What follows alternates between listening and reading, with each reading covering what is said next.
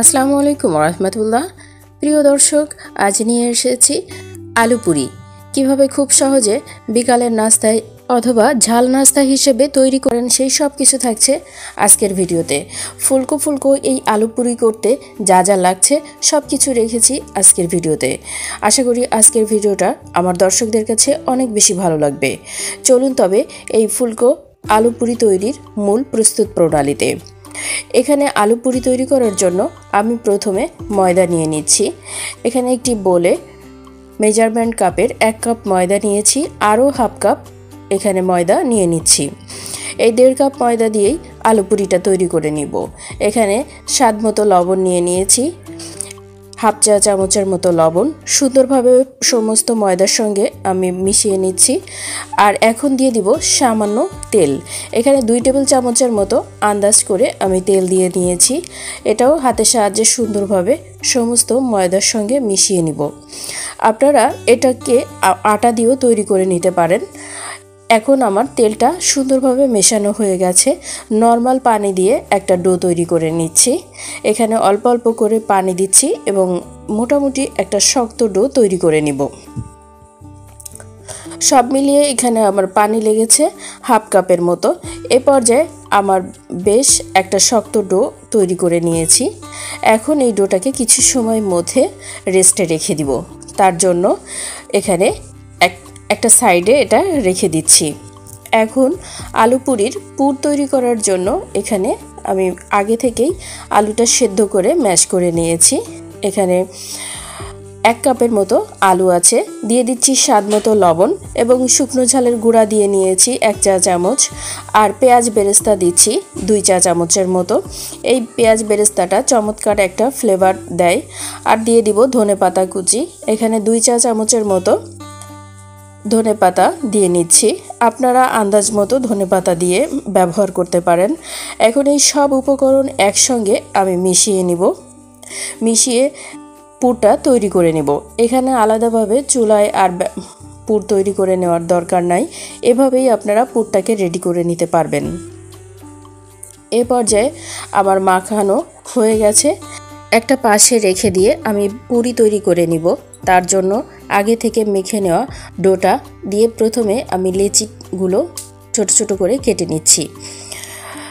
যেহেতু আলু পুরি তৈরি করতে খুব বেশি বড় বড় লেচির দরকার হবে না, আপনারা হাতের আন্দাজে ছোট্ট ছোট্ট করে লেচিগুলো কেটে নেবেন। আমি এখানে 18 থেকে 20টার মতো লেচি কেটে নিয়েছি। এখন একটা বেলন দিয়ে সুন্দরভাবে পাতলা করে বেলে নেবেন। এটা খুব বেশি কষ্ট হবে না। এভাবে ছোট্ট একটি রুটি তৈরি করে ভেতরে আমি পুর ব্যবহার করব। অল্প করে এখান থেকে আন্দাজ মতো পুর নিয়ে নেবেন। দেখানো প্রসেসেই তৈরি করবেন। আর এখন চারপাশ থেকে মুখটা উপর দিকে উঠিয়ে দিবেন। দেখানো প্রসেসেই করে নেবেন।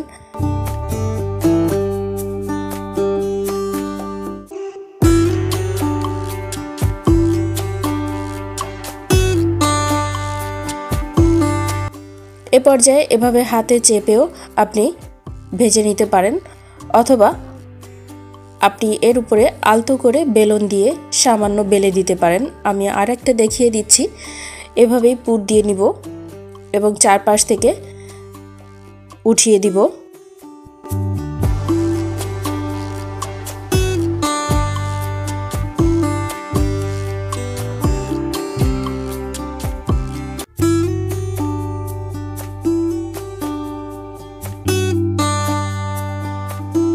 এ পর্যায়ে বেলন দিয়ে আলতো করে একটু বেলে দিতে পারেন।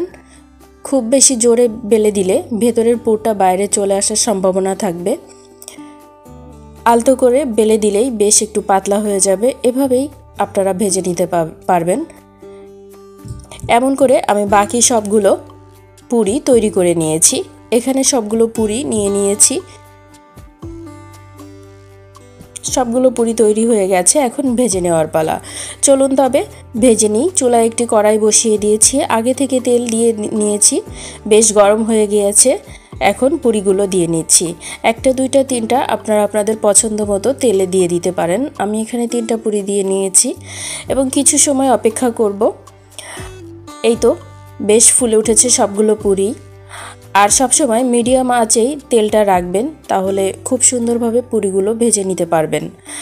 এখন একটি সার্ভিং প্লেট নিয়ে নিয়েছি, আমি পুরিগুলো সাজিয়ে দেখাচ্ছি কত চমৎকার হয়েছে পুরিগুলো। সবগুলো পুরি সুন্দরভাবে ফুলে উঠেছে আর দেখতেও খুব সুন্দর হয়েছে, খেতে মাশাআল্লাহ অনেক মজা হয়েছে।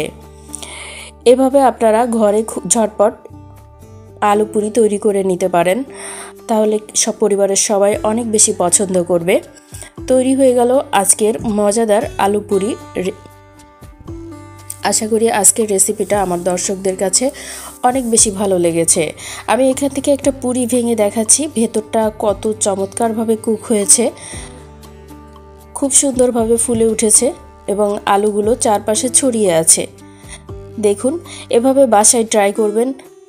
পরবর্তী ভিডিওর আমন্ত্রণ জানাচ্ছি এবং আমার ভিডিওর এ পর্যায়ে আপনারা যারা এখনও আমার ভিডিও ধৈর্য ধরে দেখছেন সবাইকে অনেক অনেক ধন্যবাদ জানাই। আল্লাহ হাফেজ।